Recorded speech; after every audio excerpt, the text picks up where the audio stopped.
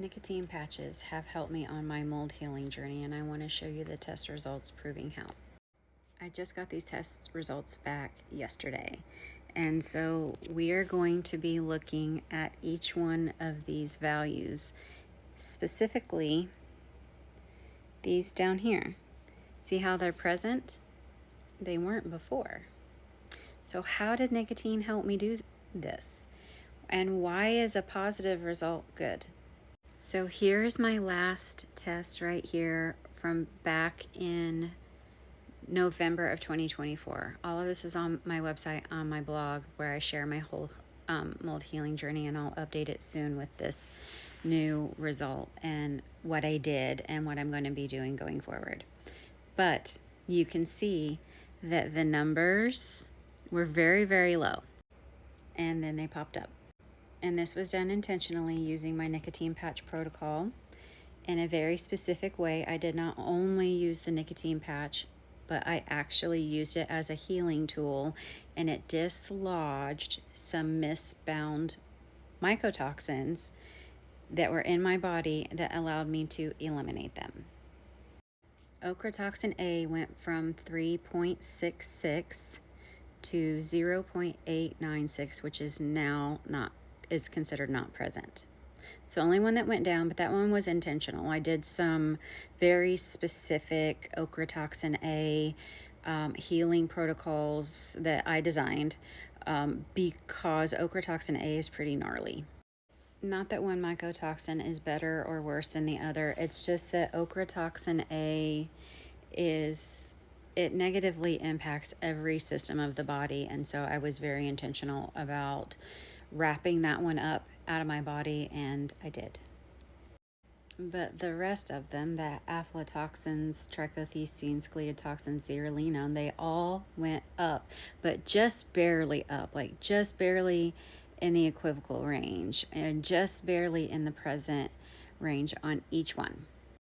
So why is that? Well, I used the nicotine patch to liberate anything that is misbound on the nicotinic acetylcholine receptor, and then I fed my body the raw materials that it needed to heal and detoxify and drain anything that it liberated.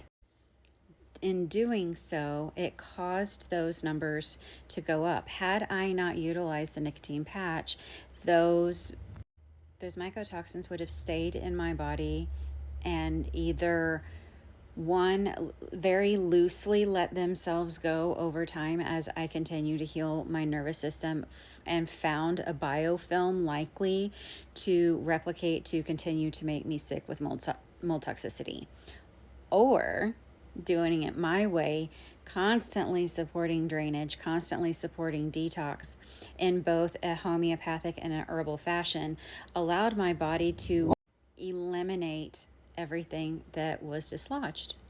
So while at first glance someone might say, oh no, you're worse, oh no, I'm better, because I did it in a way that I was expecting this. So what am I going to do going forward? Literally the same protocol. I will be using a nicotine patch a few days a week. My tongue's still blue. Sorry. A few days a week. My protocol, I have a whole playlist of videos if you want to know what my protocol is. I also wrote an ebook. I will continue to use my solace tea and my solace tincture. I will continue to I need to use microgreens more consistently. I keep making them more available for everyone else and not taking them for myself, but I really need to take them for myself. I know. I will be ensuring that I do the drainage drops, the guna drops, as well as the liver and lymph tincture. The binders are still going to be the same. I like Shilajit and cracked cell chlorella with a slight rotation in of either a zeolite or a bentonite clay, but I think that in addition to the cracked cell chlorella and the Shilajit, I will stay more consistent with MCP. And that's how the nicotine patch protocol helped me heal from mold.